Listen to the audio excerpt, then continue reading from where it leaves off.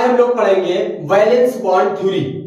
Valence bond theory को हम लोग 2-3 वीडियो में समझेंगे, क्योंकि ये थ्योरी बहुत ही इंपॉर्टेंट थ्योरी है। इसीलिए हम लोग इसको छोटी छोटी वीडियो में करके उसको 2-3 वीडियो में करके आराम से समझेंगे। तो सबसे पहले आज समझते हैं कि वैलेंस बॉन्ड थ्योरी को हमको जरूरत क्यों पड़ी। क्योंकि इससे पहले तो हम लोग लेविस थ्योरी पढ़ चुके थे, जिसको हम लोग लेविस डार्क स्ट्रक्चर के नाम से जानते थे। उस थ्योरी को तो हम लोग पढ़ चुके हैं, लेकिन यहाँ पे हमको वैलेंस बॉन्ड थ्योरी की जरूरत क्यों पड़ी। तो इसीलिए कोई भी थ्योरी आपको पढ़नी हो, आप सबसे पहले जो उससे पहले थ्योरी पढ़े हैं उसकी कुछ कमियां रही होंगी, कुछ गलतियां रही होंगी, कुछ खामियां रही होंगी, उसको दूर करने के लिए ही हम लोग नई थ्योरी को पढ़ते हैं। तो इसीलिए हम लोग पहले समझेंगे कि जो हमारे पास पीछे थ्योरी पढ़े हम लोग लेविस थ्योरी, उसमें क्या खामियां थी, क्या गलतियां थी, उसको समझेंगे। उसके बाद हम लोग वैलेंस बॉन्ड थ्योरी को अच्छे से ताकि समझ पाए। देखिए वैलेंस बॉन्ड थ्योरी में आप लोग इस लेक्चर में आज वाले इतना समझेंगे कि वेस्पर थ्योरी हम लोग वैलेंस बॉन्ड थ्योरी में जरूरत क्यों पड़ी, यानी कि लेविस थ्योरी की क्या कमियां थी और वैलेंस बॉन्ड थ्योरी के मेन पोस्टुलेट क्या है, उसके बारे में हम लोग थोड़ा सा डिस्कस करेंगे। उसके बाद हम लोग यहाँ पे समझेंगे कि जो ओवरलैपिंग होती है, पाई बॉन्ड सिग्मा बॉन्ड बनते हैं, इसकी कैसे बनते हैं, इसका फॉर्मेशन कैसे होता है, उसके बारे में थोड़ा सा डिटेल में पढ़ेंगे। उसके बाद हम लोग नेक्स्ट वीडियो में फिर समझेंगे उसके आगे की बात। तो यहाँ पे सबसे पहले समझते हैं कि यहाँ पे इसकी जरूरत क्यों पड़ी। देखिए वैलेंस बॉन्ड थ्योरी की जरूरत पड़ी। Why valence bond theory in existence. Valence bond theory की जरूरत क्यों पड़ी, तो देखिए उसके लिए हम लोग समझे। पहला हमारे पास है कि Lewis theory fail to explain formation of covalent bond. जो हमारे पास अभी तक जो थ्योरी थी, अगर देखा जाए लेविस थ्योरी हमको सिर्फ बताती थी कि किसी भी दो एटम के बीच में बॉन्ड कैसे बनता है, सिग्मा बॉन्ड बनेगा, डबल बॉन्ड बनेगा, या यूं कहें कि सिंगल बॉन्ड बनेगा, डबल बॉन्ड बनेगा, ट्रिपल बॉन्ड बनेगा। हमको सिर्फ ये बताई, हमको ये नहीं बताई कि कोवैलेंट बॉन्ड कैसे बनता है। जबकि हम लोग जानते हैं कि ज्यादातर मॉलिक्यूल में कोवैलेंट बॉन्ड का फॉर्मेशन होता है। तो कोवैलेंट बॉन्ड की बनने की जो प्रोसेस थी उसके बारे में लेविस थ्योरी कोई भी वर्ड या कोई भी हमको कोई इंफॉर्मेशन नहीं दी। दूसरा हम लोग समझते हैं कि Lewis theory fail to explain why molecule have different bond dissociation energy and bond length. पहले यहां पे समझते हैं बॉन्ड डिसोसिएशन एनर्जी क्या होती है। डिसोसिएट मतलब होता है ब्रेक करना। क्या होता है? ब्रेक करना। बॉन्ड डिसोसिएशन यानी बॉन्ड को ब्रेक करना। एनर्जी यानी कि या एंथैल्पी मतलब एनर्जी ही होती है एक हिसाब से कह लें तो। बॉन्ड डिसोसिएशन एनर्जी, बॉन्ड को ब्रेक करने के लिए जितनी एनर्जी की रिक्वायरमेंट होती है उसको हम लोग बोलते हैं, या बॉन्ड को ब्रेक करने से जो एनर्जी रिलीज होती है उसको बोलते हैं बॉन्ड डिसोसिएशन एनर्जी। तो किसी भी मॉलिक्यूल की डिफरेंट मॉलिक्यूल में डिफरेंट टाइप की बॉन्ड डिसोसिएशन एनर्जी क्यों होती है, या किसी भी दो एटम के बीच में जो बॉन्ड बनता है उस बॉन्ड की लेंथ क्यों डिफरेंट होती है, इस बात को समझाने में लेविस थ्योरी फेल कर गई। बात समझ आएगा कि जो डिसोसिएशन एनर्जी होती है, या हम यूं कहें कि जो बॉन्ड लेंथ होती है, वो डिफरेंट एटम में या डिफरेंट मॉलिक्यूल में ये फेल कर गई। ऐसा क्यों हुआ कि लेविस थ्योरी इसके बारे में कोई बात नहीं बता पाई। इस सब बातों को बताने के लिए ही हम लोग वीबीटी थ्योरी या वैलेंस बॉन्ड थ्योरी को इंट्रोड्यूस करेंगे। लास्ट देखिए बहुत ही इंपॉर्टेंट है, Lewis theory fail to explain the geometry of molecule. देखिए ज्योमेट्री और शेप में बड़ा डिफरेंस होता है। आप लोग शायद जानते होंगे, नहीं जानते होंगे जान जाएंगे। ज्योमेट्री और शेप में बहुत ज्यादा डिफरेंस होता है। हम कई बार तो ऐसे कह देते हैं कि ज्योमेट्री या शेप दोनों, ऐसा लगता है कि दोनों बात एक ही है, जबकि दोनों बात अलग अलग है। ज्योमेट्री उसे कहते हैं कि किसी भी मॉलिक्यूल की एग्जैक्ट शेप या एग्जैक्ट स्ट्रक्चर कैसा है उसको हम लोग बोलते हैं ज्योमेट्री। और जो शेप होता है वो नॉर्मल हम लोग जो एक बना लेते हैं कि हाइब्रिडेशन के बाद अगर मॉलिक्यूल ऐसा हाइब्रिडेशन शो करता है तो उसका शेप ऐसा होगा। वो हम लोग एक क्राइटेरिया मान लेते हैं कि मान लीजिए कि हमारे पास sp2 हाइब्रिडेशन है। अब sp2 में तो कंडीशन ये भी है, आप आगे पढ़ेंगे कि मॉलिक्यूल लीनियर भी हो सकता है, मॉलिक्यूल जो ट्राइगोनल प्लेनर भी हो सकता है। तो बेसिकली जो हमारा मास मॉलिक्यूल है वो कैसा है, इस बात को जो एक्सप्लेन करने में जो लेविस थ्योरी थी वो फेल कर गई। जैसे बहुत सारे मॉलिक्यूल हैं, उनका ज्योमेट्री अलग होती है, शेप अलग होता है, ठीक है ना। बहुत सारे मॉलिक्यूल का शेप और ज्योमेट्री दोनों सेम होती है। जैसे फॉर एग्जांपल CH4 का चाहे ज्योमेट्री की बात करें चाहे शेप की बात करें, वो टेट्राहेड्रल होता है। आप आगे पढ़ेंगे, घबराए नहीं। और उसके बाद आगे हम लोग देखें NH3 का, तो उसका जो शेप होता है वो तो टेट्राहेड्रल होता है, लेकिन उसकी ज्योमेट्री टेट्राहेड्रल नहीं होती है। H2O का देख लें, उसकी जो ज्योमेट्री होती है वो नियर अबाउट कह लें कि वी शेप होती है या बेंट शेप होती है, लेकिन अगर हम लोग उसके शेप की बात करें तो वो टेट्राहेड्रल होती है। तो जो हमारे पास लेविस थ्योरी थी वो सिर्फ ये बताई कि मान लीजिए कि कोई ये दो एटम है, दोनों एटम के बीच में सिंगल बॉन्ड बनेगा, डबल बॉन्ड बनेगा, ट्रिपल बॉन्ड बनेगा, वो सिर्फ ये बता पाई हमको। ये नहीं बता पाई कि बेसिकली उसका एग्जैक्ट जो ज्योमेट्री होगी, एग्जैक्ट स्ट्रक्चर होगा वो कैसा होगा। इसके बारे में हमको कोई बात, कोई इंफॉर्मेशन नहीं बताई। तो इसी बात को बताने के लिए, इन्हीं सब बातों को समझाने के लिए हम लोग लेके आए हैं एक नई थ्योरी, जिसका नाम है वैलेंस बॉन्ड थ्योरी, जिसको हम लोग प्यार से VBT के नाम से जानते हैं। किसके? VBT के। देखो इसको समझते हैं, ये 1927 में ही इंट्रोड्यूस की गई थी। 1927 में पाउली एंड स्लेटर ने, दो साइंटिस्ट थे, इसको इंट्रोड्यूस की थी। पाउली एंड स्लेटर ने 1927 में इस थ्योरी को उन्होंने सबसे पहले इंट्रोड्यूस किया था। बाद में इस थ्योरी को थोड़ा सा एक्सप्लेन किया अच्छे से जो साइंटिस्ट थे हिटलर। क्या नाम था? हिटलर। वो वाले हिटलर नहीं जिसको हम जानते हैं, ठीक है ना, ये दूसरे हिटलर थे। तो हिटलर साहब ने इसको इंट्रोड्यूस किया, किसको? वैलेंस बॉन्ड थ्योरी को थोड़ा अच्छे से समझाया। इंट्रोड्यूस तो कर दिया था 1927 में ही पाउली एंड स्लेटर ने, लेकिन उसके बाद हिटलर एक साइंटिस्ट थे, अगर हम लोग यूं कहें कि इसको लंदन में, तो उन्होंने, हिटलर ने लंदन में, दो साइंटिस्ट थे, उन्होंने इसको अच्छे से एक्सप्लेन किया। अब इसके बारे में कुछ पास्टुलेट हैं, लेकिन उसके बारे में थोड़ा सा समझते हैं पहले, फिर पास्टुलेट पे हम लोग जाएंगे। देखिए सबसे पहले जो यहाँ पे जो थ्योरी थी, यानी जो वैलेंस बॉन्ड थ्योरी थी, यहाँ पे एक वर्ड बार बार आएगा, ओवरलैपिंग। कौन सा वर्ड? ओवरलैपिंग। ओवरलैपिंग को पहले समझ लेते हैं, उसके बाद पास्टुलेट पे आते हैं। ओवरलैपिंग शायद आप लोगों के लिए नया होगा, लेकिन ओवरलैपिंग को अगर आप लोग थोड़ा सा अपनी डेली लाइफ में देखें तो बहुत जबरदस्त आपको एग्जांपल मिलेगा। जैसे आप शादी होती है, फेरे लगते हैं दुल्हन दुल्हन के, तो उसमें क्या होता है, दुल्हन की चुन्नी होती है और दूल्हे के हम लोग एक चुन्नी या कुर्ते से हम लोग बांध देते हैं। यानी जो बांध देते हैं उसी तरीके से कुछ ओवरलैपिंग होती है, यानी दुल्हन की चुन्नी से और दूल्हे के कुर्ते से जो बांधते हैं आपस में मिला देते हैं दोनों को, फिर उसके बाद हम जानते हैं शादी हो जाती है। तो ऐसे ही दोनों आपस में मिलके एक हो जाते हैं। तो इसी तरीके से जो ये वहां पे ओवरलैपिंग को हम लोग कुछ इसी तरीके से समझेंगे तो हमको और आसानी से अच्छा समझ में आएगा। तो ओवरलैपिंग का वर्ड बार बार यूज होगा। इसमें यह कहा जाएगा वैलेंस बॉन्ड थ्योरी में कि कोई भी दो एटम आपस में बॉन्ड का फॉर्मेशन या बॉन्ड तभी बनाते हैं जब दोनों एटम आपस में ओवरलैप करेंगे। अब ओवरलैप वही एटम करेंगे जिनके पास हाफ फील्ड या ऑर्बिटल होंगे या हाफ फील्ड इलेक्ट्रॉन होंगे या ऑर्बिटल में हाफ फील्ड कंडीशन होगी। और जो हाफ फील्ड कंडीशन होगी, दोनों एटम की जो स्पिन होगी वो डिफरेंट होगी। मान लीजिए कि एक एटम ये है, इसको हम लोग ए से रिप्रेजेंट कर रहे हैं, एक एटम बी है। अब इसकी अगर स्पिन ये होगी, इसकी स्पिन ये होगी। हम किसी को प्लस हाफ और किसी को माइनस हाफ दे सकते हैं for according to quantum number, spin quantum number. ये नहीं जरूरी कि हम इसी को माइनस हाफ दें, इसको प्लस दे दें, वो तो हम अपनी कंडीशन के लिए ही करते हैं। तो ये तो हो गई कि दोनों एटम आपस में वही एटम ओवरलैप करेंगे, वही एटम आपस में जुड़ेंगे जिनकी ओवरलैपिंग करनी होगी। जो आपस में ओवरलैप होंगे वो हाफ फील्ड कंडीशन में होने चाहिए और उन दोनों एटम की जो इलेक्ट्रॉनों की स्पिन होगी वो अपोजिट होनी चाहिए। आप उससे रिलेट करें जिसको मैंने अभी बताया था ओवरलैपिंग को, करें, बात क्लियर होती चली जाएगी। उसके बाद हम लोग जो इसका यहां पे था वो मॉलिक्यूल बेसिकली जो यहां पे हम लोग पढ़ेंगे, ओवरलैपिंग होगी। ओवरलैपिंग करने की भी दो तरीके होते हैं।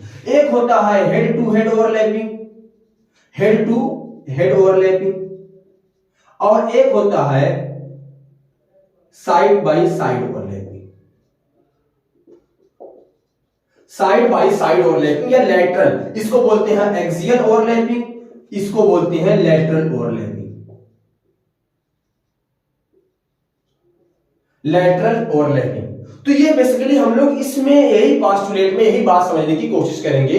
और यहाँ पे एक वर्ड आएगा एक्सटेंट ऑफ ओवरलैपिंग, यानी ओवरलैपिंग जितनी अच्छी होगी वो बॉन्ड उतना ज्यादा स्ट्रॉन्गर होगा। ठीक है ना।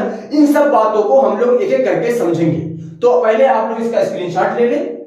अब हम लोग देखते हैं कि इस वैलेंस बॉन्ड थ्योरी का हमारे पास पोस्टुलेट क्या है, यानी हमको पाउली एंड स्लेटर ने हमको क्या पोस्टुलेट दिए, क्या बातें दी जिसको हमको भूलना पड़ गया कि लेविस थ्योरी को आप भूल जाएं, आप वैलेंस बॉन्ड थ्योरी को याद रखिए।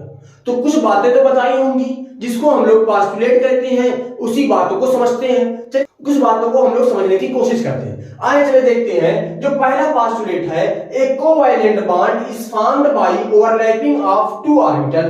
क्या हुआ कि जो कोवैलेंट बॉन्ड कोई फॉर्मेशन होता है, कोई भी कोवैलेंट बॉन्ड बनता है तो वो दो ऑर्बिटल के बीच में ओवरलैपिंग होती है, दो ऑर्बिटल को मिलाते हैं। जैसे मान लीजिए कि हमारे पास एक ये ऑर्बिटल है और दूसरा ये ऑर्बिटल है ना।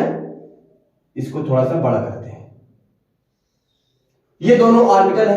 अब इन दोनों ऑर्बिटल को मैं क्या करूं कि आपस में ओवरलैप कराऊं। अब ओवरलैपिंग कैसे होगी आप देखें। मान लीजिए कि दोनों आपस में ओवरलैप कर दिए। अब इसके पास ये इसका न्यूक्लियस, इसके पास ये इसका न्यूक्लियस, ये यहाँ पे इसके एक इलेक्ट्रॉन, यहाँ पे एक इसके इलेक्ट्रॉन, है ना। ये एक इलेक्ट्रॉन इसका रहा होगा, यानी इस वाले का अगर मैं इसका नाम ए रखूं और इसको कह दूं बी है, तो एक इलेक्ट्रॉन ए का रहा होगा, एक इलेक्ट्रॉन बी का रहा होगा। दोनों हाफ फील्ड थे, एस सब शेल है क्योंकि स्फेरिकल शेप मैंने बनाया है, तो दोनों आपस में कुछ इस तरीके से ओवरलैप कर गए। और इसी तरीके से आपस में जो एटॉमिक ऑर्बिटल होते हैं वो आपस में ओवरलैप करके कोवैलेंट बॉन्ड का फॉर्मेशन करते हैं। ये हो गई ओवरलैपिंग। दूसरी बात समझते हैं, overlapping orbital half field have different spin. कह रहा है कि और डिफरेंट एटम के भी होने चाहिए। भाई डिफरेंट एटम के होंगे तभी तो ओवरलैप करेंगे, तभी तो बॉन्ड बनेगा, है ना। तो क्या होगा कि जो दोनों एटम आपस में होते हैं वो आपस में आके अगर वो हाफ फील्ड है तो वो आपस में क्या करेंगे, ओवरलैप करेंगे। और जो ओवरलैपिंग होगी उससे जो बॉन्ड बनेगा वो कोवैलेंट बॉन्ड बनेगा। और जो डिफरेंट स्पिन होगी या अपोजिट, या यहां पे एक वर्ड इस्तेमाल करते हैं हैव अपोजिट स्पिन। क्या होगा, अपोजिट स्पिन होगी। मान लीजिए कि इसका जो इलेक्ट्रॉन रहा होगा ऐसे रहा होगा, इसका इलेक्ट्रॉन ऐसे रहा होगा। मैंने अभी कुछ देर पहले आपको बताया था। यहां पे एक वर्ड और सुनते हैं। यहां पे देखिए, अगर इसको मैं एक पोस्टुलेट और निकालूं जो बहुत ही इंपॉर्टेंट है कि ओवरलैपिंग इज लेस देन 50%। ये बहुत सारी बुक में आपको यही मिलेगा कि 50% से कम ओवरलैपिंग होगी। और वजह क्या है थोड़ा समझते हैं। ओवरलैपिंग 50% से कम, यानी जो दो एटम आपस में आके ओवरलैप करेंगे इनकी जो ओवरलैपिंग होगी वो 50% से कम होगी। क्योंकि अगर ओवरलैपिंग ज्यादा हो जाएगी तो जो दोनों एटम के न्यूक्लियस होंगे वो पास आ जाएंगे, यानी दो एटम के न्यूक्लियस है दोनों पास आएंगे। जितना ज्यादा पास आएंगे उतना ज्यादा रिपल्शन होगा, क्योंकि न्यूक्लियस के बीच में रिपल्शन होने लगेगा। अब जब रिपल्शन ज्यादा होगा तो वो जो बॉन्ड बनेगा दोनों एटम के बीच में वो बॉन्ड क्या होगा, वीक होगा। और बॉन्ड वीक होगा तो जो मॉलिक्यूल बनेगा वो स्टेबल होगा नहीं। और कोई भी, हम लोग पढ़े थे स्टार्टिंग में ही कि कोई भी एटम बॉन्ड का फॉर्मेशन इसीलिए करता है ताकि वो स्टेबिलिटी को लीड करे। और जब उसको स्टेबिलिटी मिलेगी नहीं तो वो क्यों जाएगा भाई कोवैलेंट बॉन्ड बनाने के लिए, या क्यों जाएगा ओवरलैपिंग करने के लिए। तो इसीलिए जो ओवरलैपिंग होती है वो 50% से कम होती है। Very good. अब यहां पे आते हैं तीसरा पॉइंट देखते हैं, electron in the overlapping orbital get paired and confined between the nuclei of two atom। इसका मतलब क्या है, मतलब ये है कि जब दो एटम आपस में ओवरलैप करते हैं तो दोनों एटम के इलेक्ट्रॉन जो होते हैं वो एक एक आके मिलके पेयर्ड हो गए, जोड़े में हो गए। ठीक है ना। जब जोड़े में हो गए वो इलेक्ट्रॉन कहां पे है, इस बात के बारे में, इस बात को बताने के लिए ही तीसरा स्टेटमेंट है कि जो इलेक्ट्रॉन होते हैं जो पेयर्ड हो जाते हैं ओवरलैपिंग के बाद वो दोनों एटम के न्यूक्लियस के बीच में होती है। कहां पे होते हैं? दोनों एटम के न्यूक्लियस के बीच में होते हैं। यहां पे देखें, यहां पे मैंने ओवरलैपिंग कराई है। अब दोनों एटम क्या है? इस न्यूक्लियस के बीच में है। देखें, ये न्यूक्लियस एक मैंने यहां बनाया, एक यहां पे। इन दोनों न्यूक्लियस के बीच में ही दोनों इलेक्ट्रॉन है। यही बात बताने के लिए हमको तीसरा स्टेटमेंट लिखना पड़ा। बात समझ आ गई? चले अब चौथा स्टेटमेंट देखते हैं। The electron density increase between two bonded atom due to overlapping. कह रहा है, पहले समझते हैं इसी बात को, कि जो दोनों एटम आपस में बॉन्ड बनाएंगे, उन दोनों एटम के बीच में अगर इलेक्ट्रॉन की डेंसिटी अगर ओवरलैपिंग हो गई, यानी ओवरलैपिंग होगी तभी तो बॉन्ड बनेगा, और जब ओवरलैपिंग होगी तो दोनों एटम के बीच में इलेक्ट्रॉन की डेंसिटी इंक्रीज करेगी। यहां समझते हैं, देखें, मान लीजिए कि हमारे पास ये एक एटम है, इसका न्यूक्लियस ये है, और इसके पास मान ले एक इलेक्ट्रॉन है, इसके पास भी न्यूक्लियस, इसके पास भी एक इलेक्ट्रॉन है, दोनों आपस में ओवरलैपिंग किए, ये न्यूक्लियस ये न्यूक्लियस। अब देखिए, इलेक्ट्रॉन को यहां पे रखते हैं। अब ये बताएं, पहले इसके पास इलेक्ट्रॉन एक था, अब इन दोनों के पास देखें इलेक्ट्रॉन 2 हो गया, यानी इलेक्ट्रॉन की संख्या बढ़ रही है, इलेक्ट्रॉन के नंबर बढ़ रहे हैं, एरिया कम इलेक्ट्रॉन ज्यादा, डेंसिटी ज्यादा, या यूं कहें कि इलेक्ट्रॉन के नंबर बढ़ रहे हैं। इसीलिए हम लोग कह सकते हैं कि जब ओवरलैपिंग होती है तो इलेक्ट्रॉन की डेंसिटी इंक्रीज करती है, और इलेक्ट्रॉन की डेंसिटी कहां पे इंक्रीज करती है? दोनों न्यूक्लियस के बीच में। अब यहां पे आता है चौथा पॉइंट, और सबसे इंपॉर्टेंट पॉइंट यूं कहें, greater the extent of overlapping stronger the bond form. जितनी जबरदस्त ओवरलैपिंग होगी उतनी ही जबरदस्त क्या होगा? जो बॉन्ड होगा उतना ही जबरदस्त स्ट्रॉन्गर होगा। जैसे जितनी ज्यादा ओवरलैपिंग होगी वो बॉन्ड उतना ज्यादा फॉर्म होगा। तो यहां पर लिखते हैं extent of overlapping directly proportional to strength of bond inversely proportional to bond length. क्या मतलब है इस बात का? समझते हैं। कह रहा है कि अगर ओवरलैपिंग जितनी ज्यादा होगी, जितनी अच्छी ओवरलैपिंग होगी, ओवरलैपिंग 2 ही तरीके से हो सकती है, एक होगी सिग्मा बॉन्ड के लिए, एक होगी पाई बॉन्ड के लिए, यानी एक एक्सियल होगी एक लैटरल होगी। अब यहां पे है एक्सटेंट ऑफ ओवरलैपिंग, जितनी अच्छी ओवरलैपिंग होगी उस बॉन्ड की जो स्ट्रेंथ होगी उतनी ज्यादा होगी। अब स्ट्रेंथ जितनी ज्यादा होगी यानी बॉन्ड जितना ज्यादा स्ट्रॉन्गर होगा, बॉन्ड की स्ट्रेंथ जितनी अच्छी होगी, न्यूक्लियस दोनों एटम उतने ज्यादा पास होंगे, दोनों एटम जितना ज्यादा पास होंगे उसकी बॉन्ड लेंथ उतनी ही छोटी होगी। तो bond length inversely proportional to bond strength होता है, यानी बॉन्ड जितना ज्यादा स्ट्रॉन्गर होगा, यहां पे लिख दें स्ट्रॉन्गर द बॉन्ड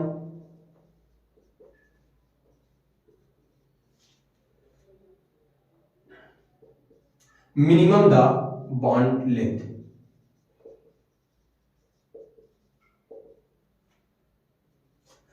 बॉन्ड जितना ज्यादा स्ट्रांग होगा उसकी जो बॉन्ड लेंथ होगी उतनी ज्यादा छोटी होगी।